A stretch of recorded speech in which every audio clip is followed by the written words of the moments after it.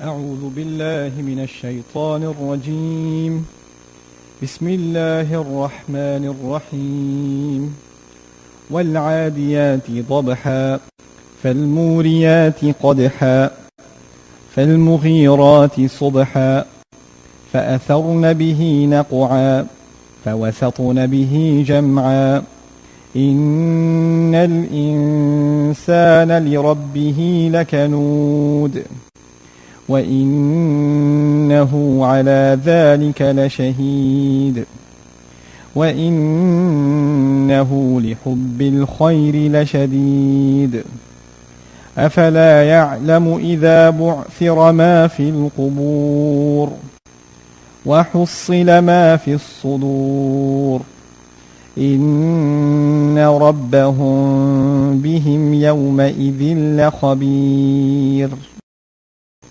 I want to start by saying that this surah is one of my favorites in the Quran when it comes to exploring the incredible logic of the Quran and the way in which the beautiful, creative way in which Allah sets up an argument. You know, the message of the Quran is very straightforward, very simple. But the power of the Quran is not just in what it says, but in how it says it. And this is a stellar example of how Allah presents an argument.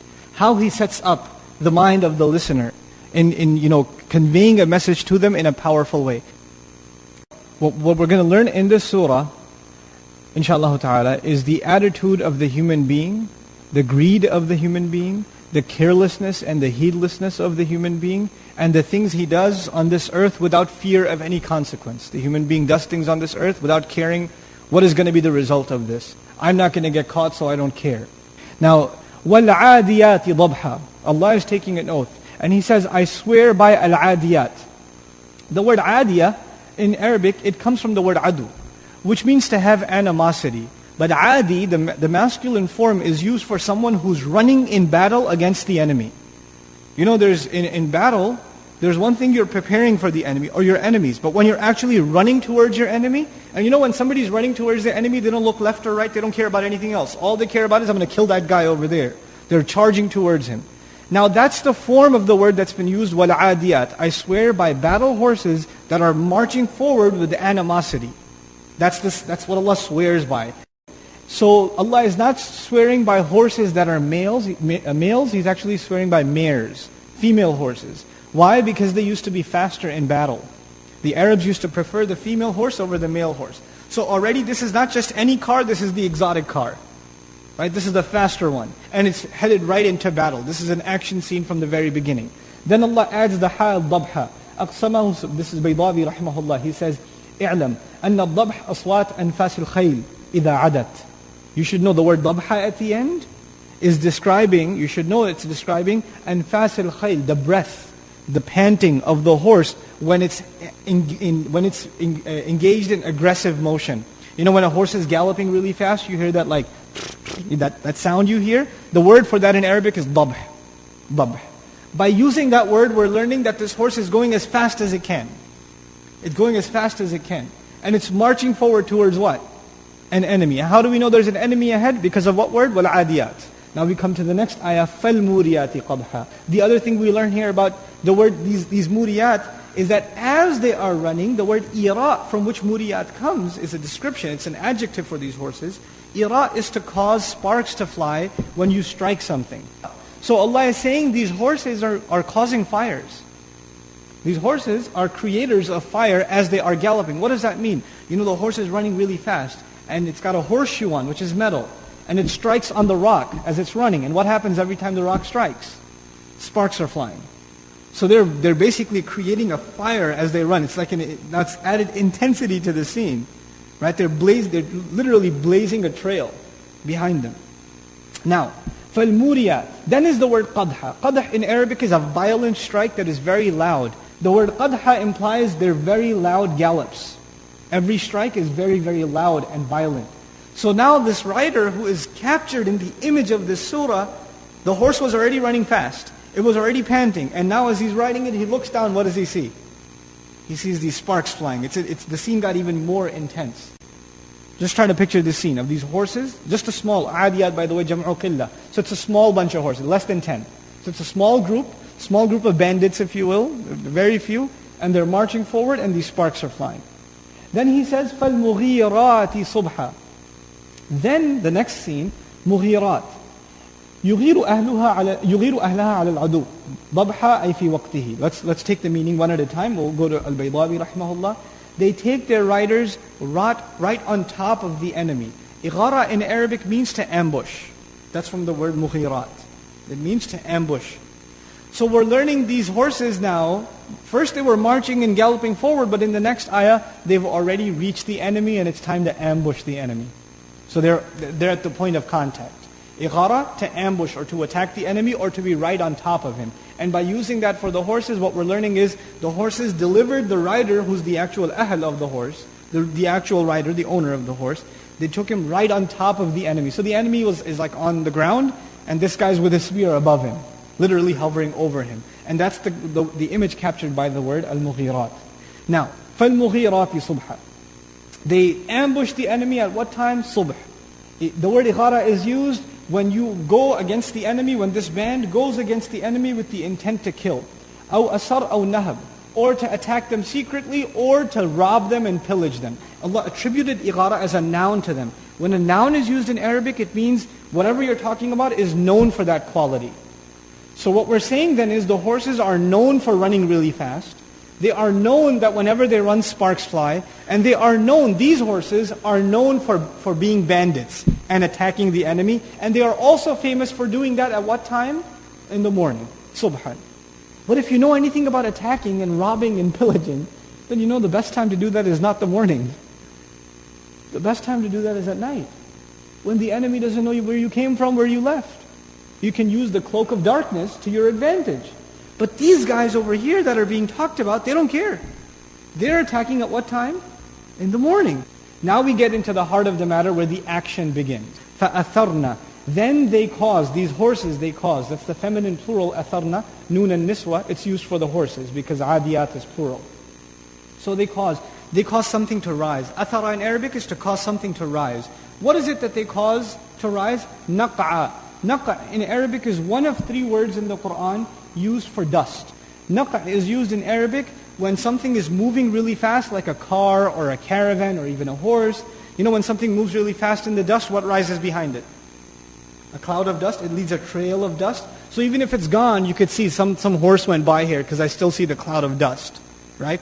That cloud of dust is called naqa. It's not just any dust, it's specifically the dust that rises up in the air when something moves by in really fast motion. فَأَثَرْنَا بِهِ نَقْعًا. We talked a little bit about فَأَثَرْنَا, we talked about naqa. They cause to rise, that's atharna. Naqa is the cloud of dust that they're causing to rise. But the word we're missing in the middle is bihi. So what is that bihi? The pronoun he, it referring to. It could be referring to makan. For example, وَقِيلَ الْمَعْنَى فَأَثَرْنَا بِمَكَانِ عَدُوِّهِنَّ نَقْعًا. In other words, when they attack, when the fighting begins, there's so much action on the ground that dust is rising and you can't even see your enemy. So once the battle begins, it's completely covered and engulfed in dust. You can barely see in front of you in the chaos of battle. That's one implication of bihi. Now we get to the final ayah of the oath. فَوَسَطْنَ بِهِ جَمْعًا. Then they penetrate. Wasat. Wasat in Arabic is to penetrate right to the middle of something. The word jam'a could be applied to the horses, these guys that are attacking. Jam'a could also be used for the enemy. Meaning they went right into the heart of the entire gathering. Now you can imagine, the enemy also has line 1, line 2, line 3. You know how soldiers stand in lines? And these guys, it's almost like they formed a spear and they penetrated right through those lines, crushing their way in. And where are they now? In the middle. And when they're in the middle, where's the enemy? Before the enemy was in front of them, but now when they're in the middle, where's the enemy? All around them. The enemy's all around them. فَوَسَطْنَ بِهِ جَمْعًا. Now, when I stop here, I wanted to give you some background about the word ba a little bit. فَوَسَطْنَ بِهِ. B could be transitivity, we said taking advantage of the dust. But also ba here could mean al-haliya, which means immediately as the dust cloud rises, immediately, there's no hesitation. They go right into the heart of the battle. Okay. Now it's a climactic moment. You want to know what happened next. That's what you want to know really badly. Now at that point, Allah says what He wanted to say all along.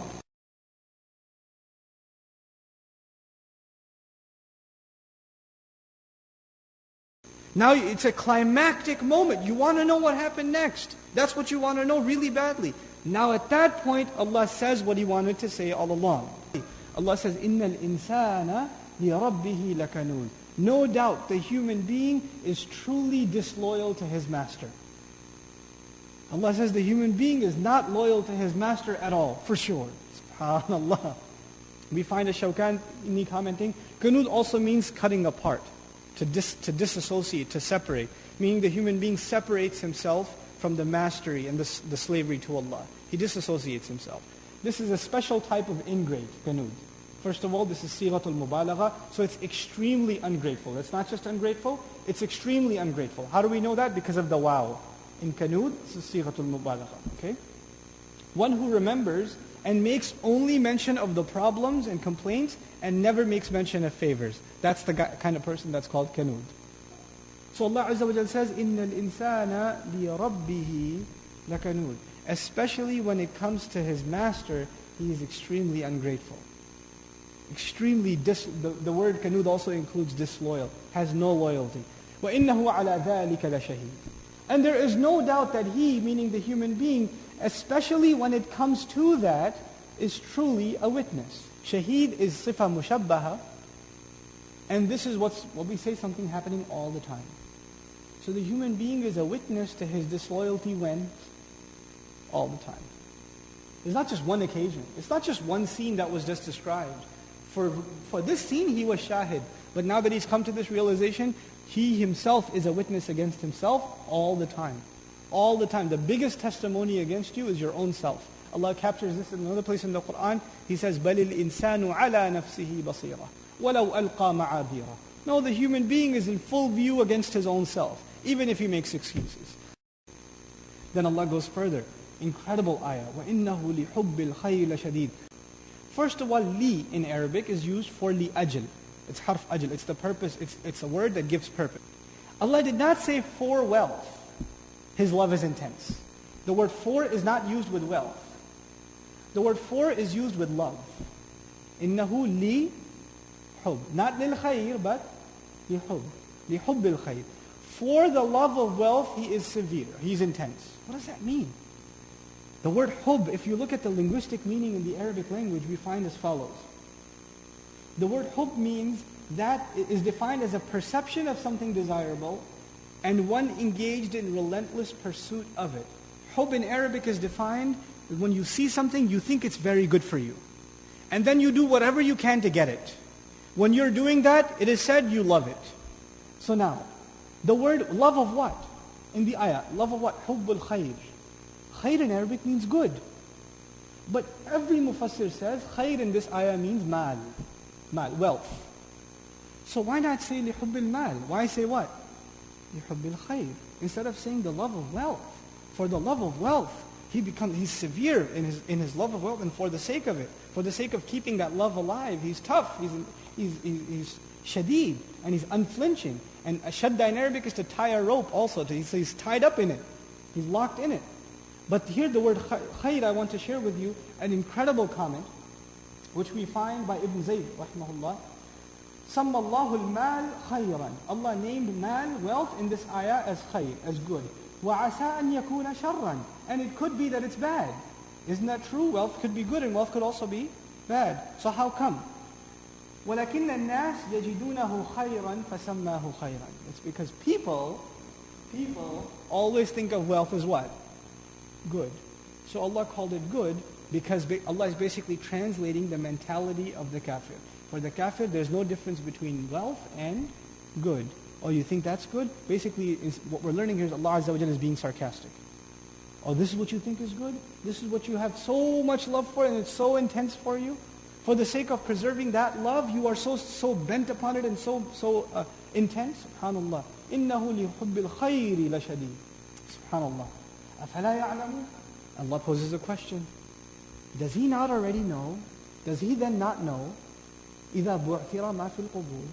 When? Does he not know of the time when whatever is in the graves will be not just turned upside down or brought out, Ba'thara in Arabic is a compilation, according to Raghib al-Asfahani, of ba'atha and a'thara. There are two words in Arabic that come together and make the ruba'i ba'thara. What the verb means is, you know how you have a box full of stuff and you stick your hand in it to find something? And you're throwing everything around until you find that one thing you were looking for? To basically turn things upside down to pull something out. Allah uses that verb for what's going to happen in the graves. أَفَلَا يَعْلَمُ إِذَا بُعْثِرَ مَا فِي الْقُبُورِ Like you're going to be yanked out of your graves like junk out of a box. SubhanAllah. Doesn't he know of the time when whatever's in the graves will be yanked out like this and pulled out from deep within? He said, well, doesn't he know when everything in the graves will come out? And then he says, SubhanAllah, how he completes the subject from Surah Al-Zilzal. وَحُصِّلَ مَا فِي الصُّدُورِ حُصِّلَ أو جُمِعَ مُحَصَّلًا في الصحف أو مُيِّزَ ما في الصدور من خير أو شر. The word tahsil in Arabic, حُصِّلَ, rough translation, whatever is in the chest will be brought out. That's how it's commonly translated. But tahsil in Arabic means to peel and extract something. From like you know how banana, you peel it and you take the banana out. Now imagine like you have mango or other fruits. You peel them, you get the inside, the meat of it, the mush that you really want, and you put it together and you pile it up together. Allah uses that word for what's in the chest. Everything will be scraped out of the chest. Like the chest will be peeled off and everything on the inside will be scraped out. If you remember something about the last surah, we studied فَمَنْ يَعْمَلْ مِثْقَالَ ذَرَّةٍ شَرًّا يَرَهُ وَمَنْ يَعْمَلْ مِثْقَالَ ذَرَّةٍ خَيْرًا يَرَهُ. The previous surah mentioned the smallest deed, amal. مَنْ يَعْمَلْ amal. But actions are not in the chest. What's in the chest? This ayah is about the chest, right? The last ayah mentioned the smallest deed. And this ayah is going even further. Not even a deed, what you are hiding inside. And what are we hiding inside? The surah already mentions hubbul khair. The human being is hiding what inside? First of all, he's hiding a testimony of his disloyalty to Allah. That's what is in the chest already now. The other thing he's hiding is the love of wealth. The love of wealth. And this will be scraped out of him. So the previous ayah mentioned amal, and this surah mentions what's in the chest, the intent, the motives, the testimony on the inside, subhanAllah, completing the picture. Now you can say, إِنَّ رَبَّهُمْ بِهِمْ يَوْمَئِذٍ لَخَبِيرٌ. There is no doubt, their master, especially in regards to them, meaning these kuffar, who think there's nobody watching them, nobody knows what's in their heart, nobody knows what they did. Especially in regards to them. Why did I say especially? Because bihim is muqaddam. We don't say inna rabbahum yawma idhin la khabirun bihim. If bihim was at the end, I wouldn't say the word especially. But this is ikhtisas, لأنه يقدم. Right? So inna rabbahum bihim yawma idhin la khabir. Their master, no doubt, especially in regards to them, on that day, he will especially have khabar of them. He will be khabir of them. Fully aware. Fully knowledgeable. The word khabir, rhetorically in the Arabic language, is more powerful than alim. To be fully aware of the reality of something in every one of its details, inside and out. Why is that word more appropriate in this case? It's more appropriate because now we've come to the point where not only does Allah know what's on the outside, but also what's on the inside. We conclude this surah with a discourse on how the beginning of its rhetoric is tied to its end. The surah begins with the carefree who pillages and robs and is not worried about the consequence. Who doesn't think anybody knows what's going on. Nobody knows what happened here. Nobody will keep record. But the surah ends with someone who had full news and is fully aware with every last detail on what he did on the outside and what he's keeping on the inside. إِنَّ رَبَّهُمْ بِهِمْ يَوْمَئِذٍ لَخَبِيرٌ بارك الله لي ولكم في القرآن الحكيم ونفعني وإياكم بالآيات والذكر الحكيم والسلام عليكم ورحمة الله وبركاته.